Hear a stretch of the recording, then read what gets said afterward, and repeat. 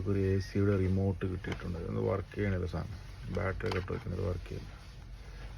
Just ഒന്ന് നമുക്ക് അയച്ചു നോക്കാം, അത് വർക്ക് ചെയ്താലോ.